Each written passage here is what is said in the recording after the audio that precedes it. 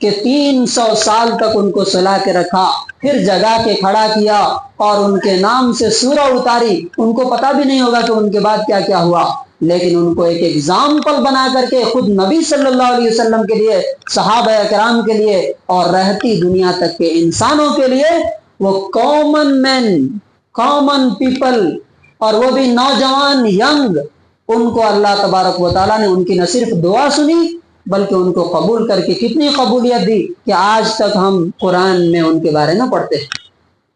تو کلیئر ہے یہ بات پوائنٹ کہ دعا جو ہے اللہ تعالیٰ اس میں بیچ میں کسی کو لانے کی ضرورت نہیں ہے. زبان کی جو ہے تیسری جو عبادت ہے وہ قسم کھانا.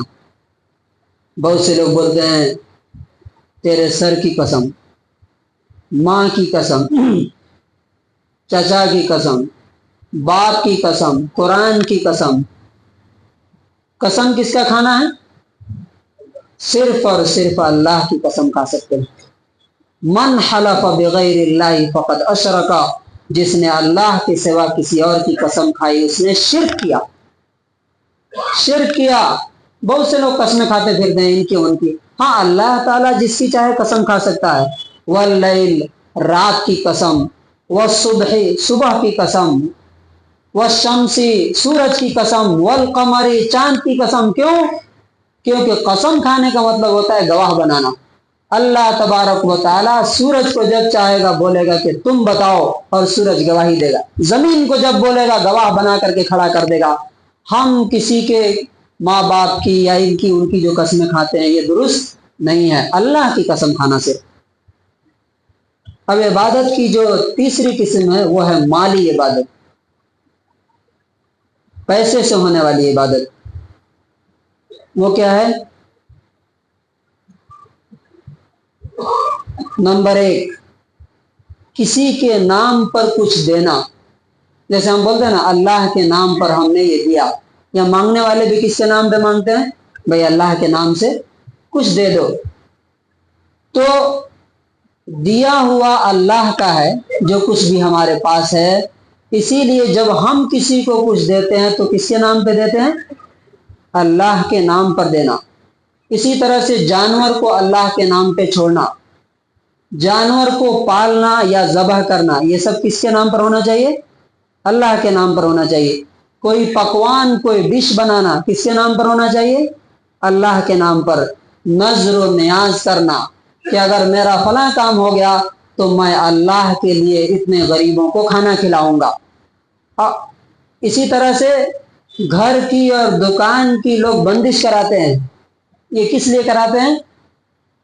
یہ غلط عقیدے کی وجہ سے کہ وہ ہماری جو ہے حفاظت کرے گا ہمارے گھر کی. وہ جو کیل ٹھوک ٹھوک کر کے کچھ پڑھ دیا وہ ہمارے گھر کی حفاظت کرے گا. سبحان اللہ.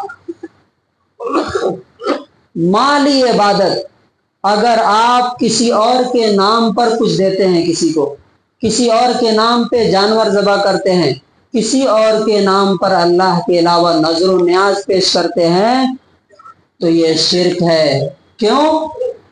کیونکہ اللہ تبارک و تعالیٰ کے علاوہ اگر کسی کے نام پر کچھ ذبح کیا جا رہا ہے یا کچھ دیا جا رہا ہے یا بنوایا جا رہا ہے، چاہے وہ مندر میں ہو یا گھر میں ہو، اس کا کھانا، اس کا یوز کرنا ناجائز اور حرام ہے اور شرک ہے. اس کی دلیل کہاں ہے؟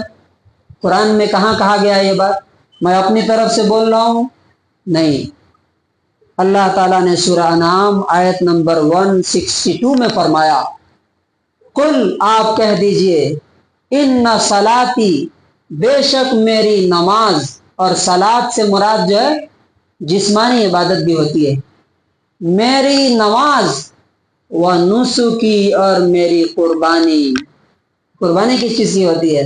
مال کی قربانی کرتے ہیں. کس کے لیے ہے؟ للہ. کس کے لیے ہے؟ للہ. خواجہ کے لیے نہیں، فلاں بابا کے لیے نہیں، فلاں پیر صاحب کے لیے نہیں. اچھا ایک بات ذہن میں رکھیے، جب ہم یہ باتیں کرتے ہیں تو کچھ لوگوں کو ایسا لگتا ہے کہ میں وہ ولیوں اور بزرگوں کے خلاف ہوں. یہ غلط بات.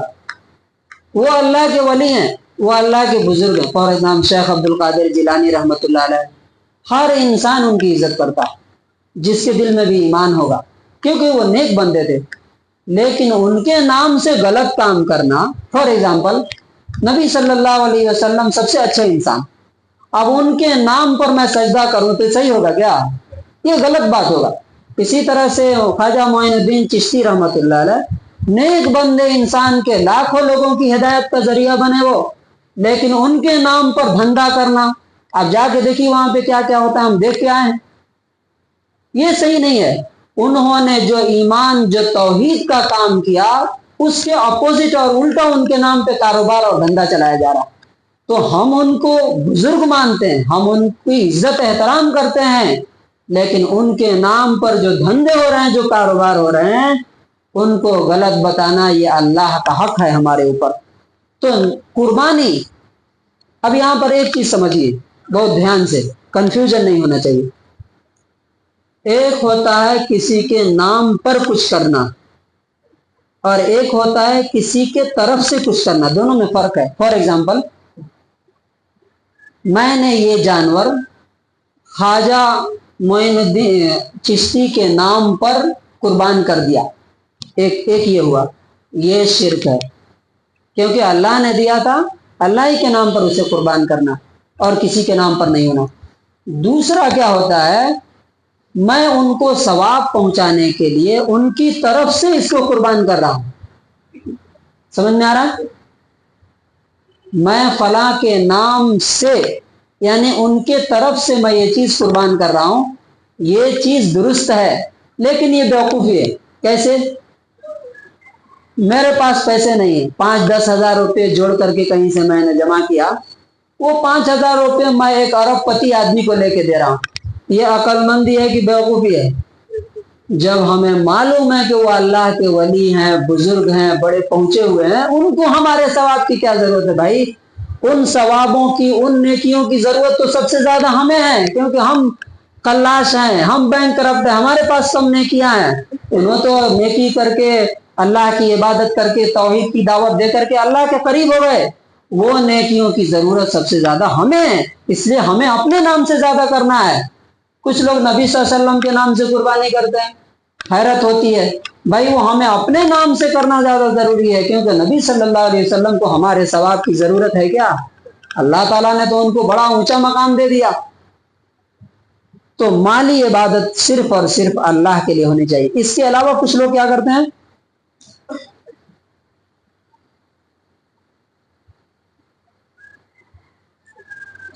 چوتھی جو عبادت ہے وہ کیا ہے؟ جسمانی عبادت، فزیکل عبادت، اور یہ اور زیادہ دھیان سے سمجھنے کی ضرورت ہے۔ اس میں نمبر 1 ہے ہاتھ باندھ کر کے یا ہاتھ جوڑ کر کے احترام کے ساتھ کھڑے ہونا۔ یہ صرف اور صرف کس کے لیے جائز ہے؟ صرف اللہ کے لیے ہے۔ اس کی دلیل کہاں ہے؟ سورہ بقرہ آیت نمبر 238 میں اللہ تعالیٰ فرماتا ہے وَقُومُوا لِلَّهِ قَانِتِينَ، اللہ کے لیے غلاموں کی طرح کھڑے رہو، عاجزی کے ساتھ کھڑے رہو۔ نمبر 2، اس سے آگے کا اسٹیپ، رکوع کرنا، جھکنا۔ بہت سے لوگ سلام کرتے ہیں تو کیسا کرتے ہیں، دیکھیے، السلام علیکم، السلام علیکم۔ یہ جھکنا جو ہے، ایمان جو ہے نا، سب سے بڑا جو انقلاب پیدا کرتا ہے انسان کے اندر، وہ کیا ہے؟ کسی کے سامنے جھکنے نہیں دیتا۔ خود نبی صلی اللہ علیہ وسلم بھی اپنے لیے کسی کو کھڑا ہونے کو بھی پسند نہیں کرتے تھے۔ جو انسان دوسروں کے سامنے جھکتا ہے اور جو اسے پسند کرتا ہے، دونوں جہنمی ہیں۔ جو پسند کرتا ہے وہ بھی۔ رکوع صرف اور صرف اللہ کے لیے ہونا چاہیے۔ سجدہ کس کے لیے ہونا چاہیے؟ صرف اور صرف اللہ کے لیے۔ افسوس ہوتا ہے دیکھ کر کے، قبروں کے پاس آپ جائیے، میں اجمیر گیا تھا، میں دیکھا قبروں کے ساتھ لوگ لگ کر کے سجدہ کر رہے ہیں، اور ان کو پکڑ کر کے چمٹ کے بیٹھے ہوئے ہیں۔ پرسوں ایک ویڈیو میں نے دیکھا، جو اللہ کو چھوڑتا ہے اللہ اسے کیسا ذلیل کرتا ہے۔ دیکھیے، ایک بابا ہے کوئی، وہ پوٹ میں پیر رکھ کے بیٹھا ہے، اس میں پانی ہے، کچھ لوگ آ رہے ہیں اس کے پیر چوم رہے ہیں، اور وہ پانی اٹھا اٹھا کر کے پی رہے ہیں۔ کون سا؟ پیر کا حصہ۔ یہ ہے اللہ تعالیٰ ایسا ذلیل کرتا. سجدہ صرف اور صرف اللہ کے لیے ہونا چاہیے. طواف، قبروں پہ جاتے ہیں لوگ، گھومتے ہیں چاروں طرف، دیکھا ہے آپ نے؟ گھومتے ہیں. کچھ لوگ کسی جھاڑ کا یا کسی پہاڑ کا یا کسی برکت. طواف کس کے لیے ہے؟ صرف اللہ کے گھر کے لیے. اللہ تعالیٰ نے قرآن میں فرمایا سورہ حج آیت نمبر 39 وَلْيَطَّوَّفُوا بِالْبَيْتِ الْعَتِيقِ. یہ پرانے گھر کی آدم علیہ السلام کے وقت سے جو آج تک ہے صرف اس کا طواف ہے، اور کسی اور کا طواف کرتا ہے تو وہ مشرک ہے، وہ شرک کر رہا ہے، اس کا پورا عمل ضائع اور برباد ہو گیا. اسی طرح سے کسی جگہ کو مقدس سمجھ کے اس کی زیارت کے لیے جانا. نبی صلی اللہ علیہ وسلم نے فرمایا 3 جگہ ایسے ہیں جہاں پر مقدس سمجھ کے، مبارک سمجھ کے انسان جا سکتا ہے. لا تشد الرحال الا الى 3 مساجد. 3 مسجدوں کی طرف. مسجد الحرام، کون سی مسجد؟ اللہ کا گھر کعبہ. نمبر 2 مسجد الاقصی، مسجد اقصی. اور نمبر 3 مسجدی ھذا، میری مسجد مدینہ منورہ میں. اس کے علاوہ کہیں کوئی جاتا ہے، بغداد جا رہا ہے، اجمیر جا رہا ہے، کہیں جا رہا ہے، وہ شرک کی طرف بڑھ رہا ہے. ہاں گھومنے کے لیے، ایک انٹرٹینمنٹ کے لیے کہیں جانا ہے تو وہ الگ چیز ہے، لیکن مقدس مبارک سمجھ کر کے زیارت کے لیے صرف 3 جگہ جا سکتے ہیں. بال چھوڑنا کسی کے نام پہ، چوٹی، بال کٹوانا، تعویذ لٹکانا، کسی کا دھاگا. بہت سے لوگوں دھاگا باندھ کر کے رکھتے ہیں، فلاں صاحب نے دیا ہے، فلاں. نان مسلموں کے ہاتھوں میں آپ نے دیکھا، وہ بھی باندھ کے رکھتے ہیں، فلاں بابا نے دیا، فلاں پنڈت نے دیا. کیا فرق ہے؟ نبی صلی اللہ علیہ وسلم نے فرمایا من علق تمیمۃ فقد اشرک. جس نے تعویذ لٹکائی اس نے شرک کیا. شرک کیا، چھوٹی موٹی بات نہیں ہے یہ. اسی طرح کچھ لوگ انگوٹھی باندھتے، کیوں؟ یہ لکی ہے، قسمت وہ انگوٹھی بنا سکتی ہے. سبحان اللہ. وہ پتھر ہماری قسمت بنا سکتا ہے. اسی طرح سے چین کچھ لوگ یہ کرتے ہیں. کچھ لوگ ٹیکے لگاتے ہیں بچوں کو، کس لیے؟ نظر سے حفاظت کے لیے. وہ بیچارہ ٹیکا جو آگ میں جل کر کے تیار ہوا ہے، نظر سے حفاظت کرے گا؟ نبی صلی اللہ علیہ وسلم نے دعا بتائی، دیکھیے وہاں پہ لکھا ہے قل اعوذ برب الفلق قل اعوذ برب الناس. اگر بچوں کی حفاظت کرنا ہے، خود کی حفاظت کرنا ہے، تو نبی صلی اللہ علیہ وسلم نے یہ 2 صورتیں بتائی، اور کئی اور دعائیں ہاتھ میں باندھ کے، گلے میں باندھ کر کے، پیر میں باندھ کر کے، انگوٹھی میں باندھ کر کے یہ چیزیں حفاظت کر سکتی ہیں انسان کی. فاللہ خیر حافظا. حفاظت کرنے والا صرف اور صرف کون ہے؟ اللہ تعالیٰ ہے. اس کے علاوہ کوئی اور حفاظت نہیں کر سکتا. اسی طرح غیر مسلموں کے عبادتوں پر، ان کے تہواروں پر بہت سے لوگ وشز کرتے ہیں، مبارکباد دیتے ہیں. یاد رکھیے بہت سے ان کی، بلکہ اکثریت جو تہوار ہیں وہ شرک پر مبنی، شرک بیسڈ ہیں. اگر آپ بولتے ہیں فار ایگزامپل کرسمس مبارک، تو آپ کیا بتانا چاہتے ہیں؟ آپ ان کے اس عقیدے کو جسٹیفائی کر رہے ہیں، اور یہ شرک ہے. تو کنکلوژن اور خلاصہ کیا ہے؟ پورے یہ 5 جو جمعے ہم نے آپ کو جو تھوڑی چیز بتانے کی کوشش کی، شیئر کرنے کی کوشش کی. توحید، اللہ پر ایمان، یہ بیس ہے. بیس بالکل کلیئر ہونا چاہیے کہ ساری دنیا میں اگر کوئی نفع نقصان پہنچا سکتا ہے، کسی سے دعا مانگی جا سکتی ہے، کسی کے سامنے جھکا جا سکتا ہے، کسی کے لیے کچھ قربان کیا جا سکتا ہے، تو وہ صرف اور صرف کون ہے؟ اللہ کی ذات ہے. کوئی دھاگا، کوئی تعویذ، کوئی پٹا، کوئی مالا، کوئی تعویذ، یہ ساری چیزیں کوئی بھی نفع نقصان نہیں پہنچا سکتی ہیں. میں نہیں باندھتا ہوں، بہت سے لوگ نہیں باندھتے. کیا ان کی زندگی میں خرابی ہی چل رہی ہے کیا؟ یہ شرک کا ذریعہ بنتی ہے. اور لاسٹ میں یہ ہے کہ اس کے لیے ہمیں قرآن اور حدیث کی وہ تعلیمات پڑھنی چاہیے جن میں توحید کے بارے میں، اللہ کے بارے میں بتایا گیا ہے. اور انسان جب یہ پڑھ لیتا ہے، سمجھ لیتا ہے، تو یاد رکھیے اللہ تعالیٰ اس کو سب سے پہلا جو انعام دیتا ہے وہ کیا دیتا ہے معلوم ہے؟ دنیا میں کسی سے ڈرتا نہیں ہے. وہ کسی سے نہیں ڈرتا. جس کو توحید سمجھ میں آ گیا، نہ وہ کسی سے ڈرے گا، نہ کسی کے سامنے جھکے گا، اور نہ کسی سے کوئی امید رکھے گا. اللہ تبارک و تعالیٰ سے دعا ہے کہ پروردگار عالم ہم سب لوگوں کو خالص اور پیور ایمان کی توفیق نصیب فرمائے۔ اللہ تعالی ہمیں توحید پر قائم رکھے اور اسی حال میں ہمیں دنیا سے اپنے پاس بلائے۔ بارک اللہ لنا ولکم فی القرآن العظیم ونفعنی وإیاکم بالآیات والذکر الحکیم۔